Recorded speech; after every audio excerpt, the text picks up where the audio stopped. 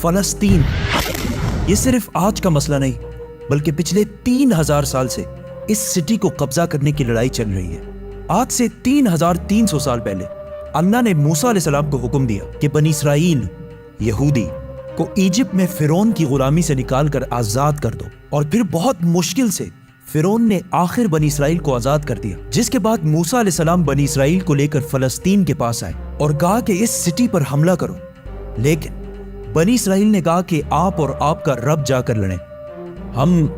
یہ لڑائی نہیں کرنے والے، جس کی وجہ سے اللہ نے 40 سال تک انہیں اس ڈیزرٹ میں رہنے کی سزا دی، جدھر موسیٰ علیہ السلام پر آسمانی کتاب تورات نازل ہوئی۔ اور اس تورات کے پہلے chapter the book of Genesis میں کلیئرلی لکھا ہے، صاف صاف لکھا ہے کہ یہ علاقہ فلسطین اللہ نے صرف اور صرف ابراہیم علیہ السلام کی اولاد کے لیے رکھا ہے، جس کی وجہ سے آج تک یہ جتنی لڑائیاں چل رہی ہیں یہ اس لیے ہے کیونکہ یہودی یہ کلیم کرتے ہیں کہ تورات کی اس آیت کے مطابق جروسلم اور فلسطین پر صرف اور صرف بنی اسرائیل کا حق ہے، کیونکہ بنی اسرائیل ابراہیم علیہ السلام کی اولاد اسحاق علیہ السلام کی اولاد میں سے ہے، اینڈ اٹ میک سینس، تب تو ان کو ملنا چاہیے۔ لیکن تورات میں لکھا ہے کہ یہ علاقہ ابراہیم علیہ السلام کی اولاد کے لیے، صرف اسحاق علیہ السلام کی اولاد کے لیے نہیں۔ ابراہیم علیہ السلام کے ایک نہیں بلکہ 2 بیٹے تھے، اسحاق اور اسماعیل۔ اسحاق علیہ السلام was the father of بنی اسرائیل، بٹ اسماعیل علیہ السلام کو عربوں کا فادر سمجھا جاتا ہے، اور یہ بات صرف ہم نہیں، ایون یہودی بھی اس بات کو مانتے ہیں۔ تو انہی کی کتاب تورات کے مطابق فلسطین پر صرف اسحاق علیہ السلام کی اولاد کا حق نہیں ہے بلکہ اسماعیل علیہ السلام کی اولاد عربوں کا بھی حق ہے۔ موسیٰ علیہ السلام کے ساتھ 40 سال ڈیزرٹ میں رہنے کے بعد آخر بنی اسرائیل نے جاشوا کی لیڈرشپ میں فلسطین کو فتح کر لیا، لیکن کچھ ہی عرصے بعد یہ سٹی ان کے ہاتھ سے دوبارہ نکل گئی، اور پھر اگلے 300 سال تک بنی اسرائیل اس سٹی کو دوبارہ حاصل نہیں کر سکے۔ لیکن 300 سال بعد بنی اسرائیل نے داؤد علیہ السلام کی لیڈرشپ میں اس سٹی جروسلم کو دوبارہ فتح کر لیا، اور ان کے بیٹے سلیمان علیہ السلام نے یہاں پہلی دفعہ اللہ کی عبادت کے لیے ایک مسجد، ایک ٹیمپل بنایا۔ سلیمان علیہ السلام کے بعد یہودیوں نے فلسطین اور جروسلم پر 400 سال تک حکومت کی، لیکن 400 سال بعد بیبلون عراق میں ایک بہت ہی طاقتور امپائر بن چکی تھی، جس کے بادشاہ بخت نصر نے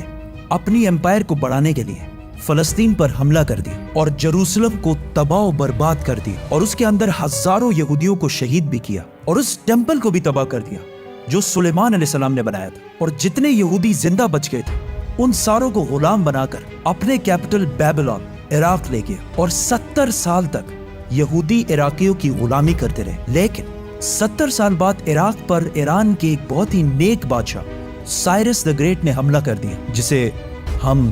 ذوالقرنین کے نام سے جانتے ہیں۔ سائرس دا گریٹ نے عراق کی اس حکومت کو فتح کر لیا، اور یہاں جتنے بھی یہودی تھے ان ساروں کو واپس فلسطین بھیجا، اور انہیں فنڈز بھی دیے کہ واپس جا کر سلیمان علیہ السلام کے ٹیمپل کو دوبارہ بنا جو اس سے پہلے تباہ کر دیا گیا تھا۔ جس کے بعد یہودیوں نے پھر فلسطین پر 400 سال تک حکومت کی، لیکن پھر ان پر ایک ایسی حکومت نے حملہ کیا جس نے سارے یہودیوں کو یہاں سے 600 سال تک باہر نکال دیا، The Great Roman Empire، اور بنی اسرائیل پر اتنا ظلم کیا جو اس سے پہلے کسی نے بھی نہیں کیا تھا۔ یہودیوں نے رومن امپائر سے لڑنے کی بھی کوشش کی، لیکن رومن امپائر نے ہزاروں یہودیوں کو قتل کیا، اور حالات اتنے خراب ہوئے کہ یہودی رومن امپائر سے چھپ کر غاروں میں رہنے لگے، اور رومن امپائر نے بیت المقدس، جسے پہلے سلیمان علیہ السلام اور پھر ذوالقرنین نے بنایا تھا،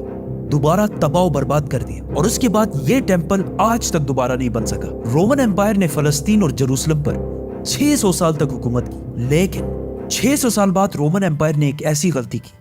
جو اسے کبھی نہیں کرنی چاہیے تھی۔ انہوں نے عرب میں بہت ہی تیزی سے پھیلتے ہوئے نئے ریلیجن اسلام پر حملہ کرنے کی کوشش کی، لیکن اسلامک ریلیجن اور خلافت اتنی تیزی سے پھیلتی گئی کہ کچھ ہی سالوں میں رومن اور پرشین امپائر دونوں کو فتح کر لیا، جس کے بعد حضرت عمر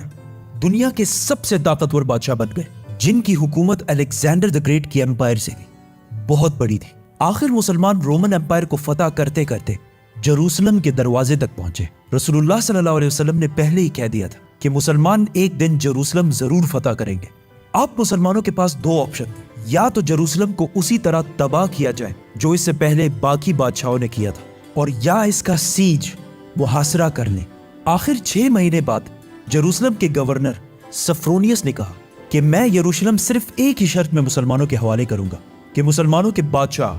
عمر خود آ کر مجھ سے ملے۔ تو خالد بن ولید رضی اللہ تعالیٰ عنہ نے سوچا کہ اب مسلمانوں کے امیر المومنین کو کیوں ڈسٹرب کیا جائے، تو وہ خود عمر بن کر سفرونیس سے ملنے گئے، کیونکہ خالد بن ولید رضی اللہ تعالیٰ عنہ کی اپیرنس بالکل حضرت عمر سے ملتی جلتی تھی اور دونوں کی ہائٹ بھی بالکل سیم تھی، آلموسٹ 7 فٹ۔ لیکن وہاں ایک شخص حضرت عمر سے پہلے ہی مل چکا تھا، تو انہوں نے کہا کہ یہ حضرت عمر نہیں ہو سکتے، تو مجبوراً خالد بن ولید رضی اللہ تعالیٰ عنہ کو حضرت عمر، اس وقت دنیا کے سب سے طاقتور بادشاہ، کو جروسلم بلانا پڑا۔ سفرونیس فل لگژری گولڈ اور سلور پہن کر بالکل تیار ہو گیا، کیونکہ اتنے بڑے بادشاہ ان سے ملنے آ رہے تھے۔ لیکن سفرونیس اور پورا جروسلم یہ دیکھ کر حیران ہو گیا کہ بادشاہ کا غلام اونٹ پر بیٹھا ہوا ہے اور بادشاہ خود بالکل عام کپڑوں میں پیدل چل کر آ رہا ہے۔ یہ منظر جروسلم والوں کے لیے بہت شاکنگ تھا، کیونکہ اس سے پہلے جب بھی کسی بادشاہ نے جروسلم پر فتح حاصل کی ہے، اس نے اس سٹی کو تباہ و برباد کر دیا تھا اور یہاں کی گلیوں کو خون سے بھر دیا تھا۔ لیکن اب یہ ایک بادشاہ آیا ہے جو ان ساروں سے زیادہ طاقتور ہے، لیکن بغیر کسی فوج کے اور بالکل عام کپڑوں میں۔ ایسا اس سے پہلے کبھی بھی نہیں ہوا تھا۔ حضرت عمر نے سارے ریلیجنز کو آزادی دی اور بغیر کوئی خون بہائے سفرونیس نے جروسلم کو حضرت عمر کے حوالے کیا، لیکن انہوں نے ایک شرط یہ بھی رکھی کہ مسلمان یہودیوں کو جروسلم آنے کی اجازت نہیں دیں گے۔ لیکن حضرت عمر نے اس کی یہ شرط نہیں مانی اور یہودیوں کو بھی بیت المقدس آنے کی اجازت دی، اور اس طرح پہلی دفعہ جروسلم ابراہیم علیہ السلام کے بیٹے اسماعیل علیہ السلام کے اولاد کے پاس آیا۔ اس کے بعد آلموسٹ 350 سال تک مسلمان، کرسچن اور یہودی جروسلم میں بالکل پیس اور امن کے ساتھ رہنے لگے۔ لیکن پھر 350 سال بعد کرسچنز نے پورے یورپ سے فوج جمع کر کے جروسلم پر دوبارہ حملہ کر دیا۔ اس وقت مسلمانوں کے آپس میں بہت لڑائیاں چل رہی تھی، جس کا فائدہ اٹھا کر کروسیڈرز نے آسانی سے جروسلم کو فتح کر لیا، اور جروسلم فتح کرنے کے بعد مسلمانوں اور یہودیوں پر انبلیویبل ظلم کیا اور ہزاروں مسلمانوں اور یہودیوں کو شہید کر دیا اور مسجدوں اور سینیگوگز کو بھی تباہ کر دیا۔ اور ہسٹری میں لکھا ہے کہ کروسیڈرز نے جروسلم کی گلیوں کو مسلمانوں کے خون سے بھر دیا تھا، اور ایون مسجد اقصی کو بھی مسجد سے ایک محل، پیلس میں بدل دیا تھا۔ یہودیوں کے عورتوں اور بچوں نے اپنی جان بچا کر اپنے آپ کو سینیگوگز میں بند کر لیا، لیکن کروسیڈرز نے ان سارے بلڈنگز کو آگ لگا دی اور ان کے بچوں اور عورتوں کو زندہ جلا دیا۔ اور یہ سب صرف ہم نہیں کہتے، بلکہ یہ اوتھینٹک ہسٹری کا حصہ ہے جسے یورپینز بھی مانتے ہیں۔ اس کے بعد ان کروسیڈرز نے جروسلم پر آلموسٹ 90 ایئرز تک حکومت کی، لیکن پھر 90 ایئرز بعد مسلمانوں کے ایک بہت بڑے بادشاہ سلطان صلاح الدین ایوبی نے پوری مسلم دنیا سے فوج جمع کر کے جروسلم کو دوبارہ کرسچن سے چھین کر فتح کر لیا۔ اور اس وقت سارے کرسچنز کا یہ خیال تھا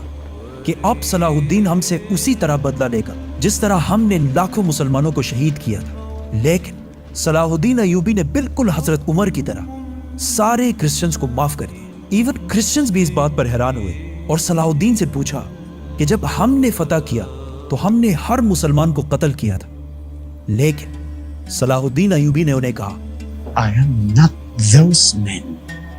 I am صلاح الدین۔ صلاح الدین صلاح الدین ایوبی نے ان سارے ریلیجنز کو دوبارہ آزادی دی اور مسجد اقصی جسے محل بنا دیا گیا تھا اسے دوبارہ مسجد بنایا اور ادھر پہلی نماز ادا کی۔ جروسلم کو جب بھی کسی بادشاہ نے فتح کیا ہمیشہ ادھر بہت خون بہایا ہے، سوائے مسلمانوں کے جنہوں نے ہمیشہ بالکل پیس اور امن کے ساتھ اس سٹی کو فتح کیا۔ صلاح الدین ایوبی کے بعد ایک بار پھر سارے ابراہیمک ریلیجنز جروسلم میں بالکل پیس اور امن کے ساتھ 800 سال تک رہے۔ 800 سال۔ لیکن 800 سال بعد اور آج سے 100 سال پہلے جب جروسلم پر آٹومن ایمپائر کی حکومت تھی تو ورلڈ وار 1 کے بعد عربوں نے برٹش کے ساتھ مل کر عثمانیہ خلافت کو ہمیشہ کے لیے ختم کر دیا کہ ہم عربوں پر یہ ٹرکش لوگ آ کے کیوں حکومت کر رہے ہیں۔ تو اس نیشنلزم کی وجہ سے فلسطین بھی مسلمانوں کے ہاتھ سے نکل گیا۔ لیکن تھوڑے ہی عرصے پہلے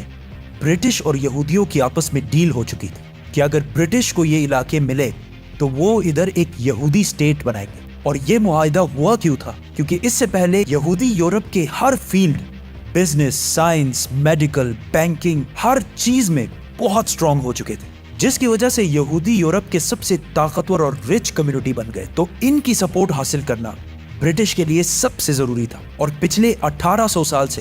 یہودیوں کے پاس اپنا کوئی بھی ملک نہیں تھا۔ تو ان میں سے کچھ یہودیوں نے زائنزم کی سوچ شروع کی کہ ہمارا یہودیوں کا بھی ایک اپنا ملک ہونا چاہیے، اور اس کے لیے انہوں نے اسی فلسطین کے علاقے کو چنا۔ اور یہ ملک حاصل کرنے کے لیے انہوں نے ہر طرف سے کوشش شروع کی۔ یہودیوں نے ایون عثمانی خلیفہ سلطان عبدالحمید سے بھی ڈیل کرنے کی کوشش کی، لیکن انہوں نے صاف انکار کر دیا، جس کی وجہ سے یہودیوں کو سمجھ آ گئی کہ اگر اپنا ملک بنانا ہے تو عثمانیہ سلطنت کو ختم کرنا ضروری ہے۔ اور جیسے ہی ورلڈ وار 1 کے بعد آٹومن امپائر ختم ہوئی اور فلسطین آٹومن امپائر سے برٹش کی طرف چلا گیا، تو یہودی پوری دنیا سے اسی سیکرٹ پلان کے تحت فلسطین شفٹ ہونا شروع ہوئے اور فلسطین کے مسلمانوں سے زمینیں ڈبل ٹرپل پرائس پہ خریدنے لگے، کیونکہ پیسہ تو ان کے پاس بہت تھا۔ برٹش امپائر نے بھی بیلفور ڈیکلریشن میں یہودیوں کے ایک الگ سٹیٹ ہونے کو سپورٹ کیا تاکہ ورلڈ وارز میں یہودیوں کا سپورٹ اور پیسے دونوں حاصل کر سکیں۔ اور اسپیشلی ورلڈ وار 2 کے بعد یورپ میں ہٹلر کے یہودیوں پر ظلم کے بعد یہودی اور بھی زیادہ پوری دنیا سے فلسطین میں جمع ہونے لگے اور فلسطین میں آہستہ آہستہ لڑائیاں بڑھنے لگی، جس کی وجہ سے UN نے ایک فیصلہ سنایا کہ فلسطین کو 3 حصوں میں ڈیوائیڈ کیا جائے گا، ایک حصہ فلسطین، دوسرا اسرائیل اور تیسرا جیروسلم، جو ان دونوں میں سے کسی کا بھی نہیں ہوگا، بلکہ یہاں UN کی حکومت ہوگی اور اس میں سب ریلیجنز کو آزادی ہوگی، جس پر عرب ممالک نے اس فیصلے کی سخت مخالفت کی اور اسرائیل کے آزاد ہونے کے صرف 1 دن بعد اسرائیل پر ہر طرف سے حملہ کر دیا۔ ایجپٹ، جارڈن، سیریا، تینوں کی فوجیں ایک ساتھ اسرائیل میں داخل ہوئی، لیکن بہت ہی بے شرمی سے عرب ممالک یہ جنگ ہار گئے اور ایک ایسے ملک سے ہارے جو ان سے سائز میں بہت چھوٹا اور جو اس جنگ سے صرف 1 دن پہلے آزاد ہوا تھا۔ اس ہار کی وجہ سے جو پلان UN نے اس جنگ سے پہلے بتایا تھا، اس کا صرف 40% علاقہ فلسطینیوں کو ملا اور 60% علاقہ اسرائیل نے فتح کر لیا اور ایون جیروسلم کی آدھی سٹی کو بھی فتح کر لیا۔ اسرائیل اکیلے یہ جنگ نہیں لڑ رہا تھا، بلکہ اس کے ساتھ پوری دنیا کا سپورٹ بھی تھا۔ ایون رشیا اور US دونوں کا سپورٹ اسرائیل کے ساتھ تھا۔ اسرائیل نے یہ علاقے فتح کر کے ٹائم بالکل بھی ضائع نہیں کیا اور 7 لاکھ عربوں کو فلسطین سے باہر نکال دیا۔ 7 لاکھ، جس کی وجہ سے فلسطین میں آہستہ آہستہ یہودی زیادہ اور عربی کم ہونے لگے۔ اس جیت کے بعد اسرائیل بہت سٹرونگ بن گیا اور پوری دنیا سے اور بھی زیادہ یہودی اسرائیل میں جمع ہونے لگے۔ اس کے بعد یہودیوں نے اپنے آپ کو عرب کے بالکل سینٹر میں ایک بہت ہی مضبوط حکومت بنا لی تھی، لیکن پھر بھی یہ 2 علاقے ویسٹ بینک اور غازہ اسرائیل کے کنٹرول میں نہیں تھے۔ لیکن آج سے آلموسٹ 60 سال پہلے 1967 میں کچھ مس انڈرسٹینڈنگز کی وجہ سے یہاں جنگ ایک بار پھر شروع ہو گئی اور ایک بار پھر ایجپٹ، جارڈن، سیریا ورسس یہ چھوٹا سا اسرائیل۔ لیکن صرف 6 دنوں میں اسرائیل نے ان تینوں ملکوں کو ہرا دیا اور صرف 6 دنوں میں اسرائیل نے اپنا سائز 3 گنا بڑھا لیا۔ عرب ممالک دوبارہ اپنے سے ایک بہت ہی چھوٹے ملک سے بہت ہی بری طرح ہار گئے۔ یہ ایسا ہے کہ آج خبیب حزب اللہ سے ہار جائے، اور وہ بھی 2 مرتبہ۔ عرب ممالک کے 2 دفعہ اسرائیل سے ہارنے کے بعد ان کی عوام اپنے نیشنلسٹ حکمرانوں کے خلاف ہو گئے اور نیشنلزم، قومیت کو چھوڑ کر ایک نئی سوچ کی طرف بڑھنے لگی۔ دا مسلم بردرہڈ، اخوان المسلمون، جو مصر کے ایک سکول ٹیچر حسن البنا نے بنائی تھی اور جو ایک پاکستانی اسکالر مولانا مودودی کے خیالات سے انسپائرڈ ہے۔ اس سے پہلے اخوان المسلمون کا عرب میں صرف مذاق اڑتا تھا، لیکن اس ہار کے بعد اخوان المسلمون نے عرب عوام سے کہا کہ یہ جنگیں عرب کے مسلمان نہیں بلکہ یہ نیشنلسٹ ہارے ہیں جو صرف نام کے مسلمان ہیں اور ان کا کوئی، جس کے بعد عرب کی عوام اس نئے سوچ مسلم بردرہڈ کی طرف آنے لگی۔ حماس بھی اسی اخوان المسلمون سے انسپائرڈ ایک گروپ ہے، لیکن اخوان المسلمون وائلنس کے خلاف۔ اس جیت کے بعد اسرائیل نے ویسٹ بینک، غازہ اور جیروسلم سب پر قبضہ کر لیا اور آج تک یہ سارے علاقے اسرائیل سے دوبارہ کوئی بھی نہیں چھین سکا۔